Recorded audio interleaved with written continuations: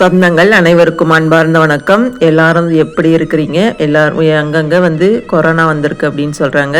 எல்லாரும் பார்த்து பத்திரமா இருங்க. நம்ம இன்றைக்கி பார்க்க போகிற பதிவு, நான் செவ்வாய்க்கிழமை, அதுவும் இரவு பௌர்ணமி வந்தது. அந்த பௌர்ணமி நேரத்துலையும் செவ்வாய்க்கிழமை செவ்வாய் ஓரை நேரத்தில் வெத்தலை தீபம் ஏற்றிட்டு வீட்டில் இருக்கிற எல்லா தெய்வங்களுக்கும் பௌர்ணமி அப்படிங்கிறதால அபிஷேகம் செஞ்சு வழிபாடு செஞ்சு தான் இந்த வீடியோ.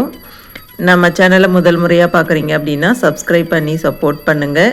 சப்ஸ்கிரைப் பண்ணி சப்போர்ட் பண்ண எல்லா சொந்தங்களுக்கும் ரொம்ப ரொம்ப நன்றி. எல்லாருக்கும் இறைவனுடைய அருள் பரிபூர்ணமாக கிடைக்கணும் அப்படின்னு மனசார உங்களுக்காகவும் நான் வேண்டிக்கிட்டு தான் இந்த பூஜையை செஞ்சேன். வாங்க பூஜையை பார்க்கலாம்.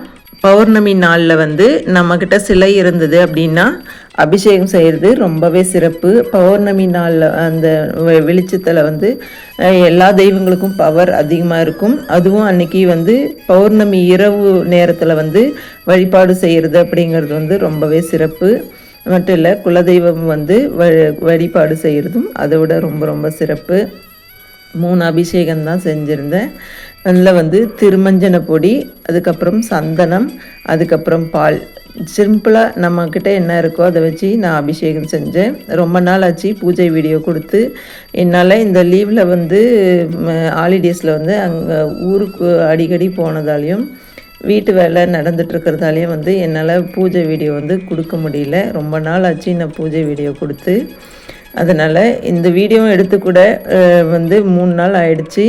எனக்கு கொடுக்கறதுக்கு டைமே இல்லை, வாய்ஸ் கொடுக்கறதுக்கு டைமே இல்லை. அதனால் இந்த வீடியோ லேட்டாக தான் கொடுக்குறேன். அதே போல் சம்மர் ஹாலிடேஸில் என்னால் சரியாக பூஜையும் பண்ண முடியல. டிஸ்டி ஆகிடுச்சா என்னன்னு எனக்கு தெரியல. அது இல்லாமல் உடம்பு வேறு சரியில்லாமல் நல்லா கோல்டு ஆகிடுச்சி. இங்கே மழை பெஞ்சு விட்டு விட்டு மழை தினமும் பெஞ்சிட்டே இருக்கிறதால ரொம்ப கோல்டு ஆகிடுச்சி. எனக்கு வாய்ஸ் கூட இப்போ தான் சரியாக இருக்குது. அதனால தான் வாய்ஸ் கொடுக்கலாம் அப்படின்னு சொல்லிட்டு இந்த வீடியோ போஸ்ட் பண்ணுறேன். பௌர்ணமி நாளில் எல்லா தெய்வங்களையும் இப்படி வச்சு நம்மளால் முடிஞ்ச ஒரு சும்மா தண்ணியில் அபிஷேகம் செஞ்சுட்டு ஒரு பால் அபிஷேகம் மட்டுமே செஞ்சு வழிபாடு செஞ்சோம் அப்படின்னாலும் நமக்கு முழு பலனும் கிடைக்கும். அதே போல் நம்ம வீட்டில் எல்லா தெய்வத்தினுடைய அருளும் கிடைக்கும். நம்ம ஒவ்வொரு தெய்வங்களுக்கும் ஒவ்வொரு நாளில் அபிஷேகம் செஞ்சு வழிபாடு செய்ய முடியல அப்படின்னா, இப்போ விநாயகர் அப்படின்னா விநாயகர் சங்கடகர சதுர்த்தி நாளில் அபிஷேகம் செய்வோம். நம்ம முருகருக்கு வேல் இருந்தது அப்படின்னா செவ்வாய்க்கிழமை நாளில் அபிஷேகம் செய்வோம்.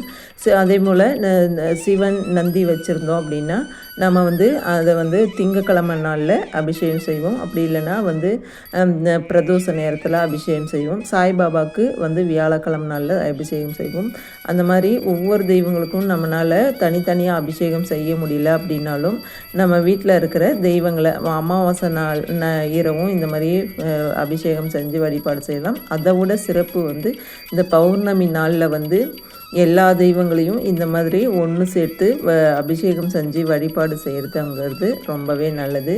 நான் மேக்சிமம் பிரதோஷத்தன்னைக்கு வழிபாடு செஞ்சிருவேன். பிரதோஷத்துக்கு என்னால் அபிஷேகம் செய்ய முடியல அப்படின்னா பௌர்ணமிக்கு இந்த மாதிரி எல்லா தெய்வங்களையும் வச்சு வழிபாடு செய்கிறது வழக்கம். இந்த வீடியோ கண்டிப்பாக உங்களுக்கு பிடிச்சிருக்கோம் அப்படின்னு நினைக்கிறேன். பிடிச்சிருந்தது அப்படின்னா நம்ம சேனலை சப்ஸ்கிரைப் பண்ணி வச்சுக்கோங்க.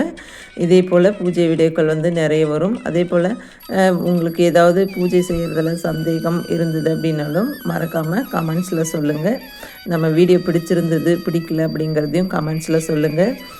இனிமேல் தொடர்ந்து லைவ் வரலாம் அப்படின்னு சொல்லி நினச்சிட்ருக்கிறேன். லைவ் வேணும் அப்படின்னா எந்த டைமில் லைவ் வந்தால் நீங்கள் என் கூட பேசுவீங்க அப்படிங்கிறத மறக்காமல் கமெண்ட் பண்ணுங்கள்.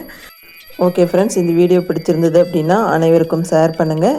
எல்லோரும் மழை வருது, பார்த்து பத்திரமா இருங்க. அதே போல் குழந்தைங்களெல்லாம் பத்திரமா பார்த்துக்குங்க. தேங்க்யூ ஃபார் வாட்சிங். நன்றி, வணக்கம்.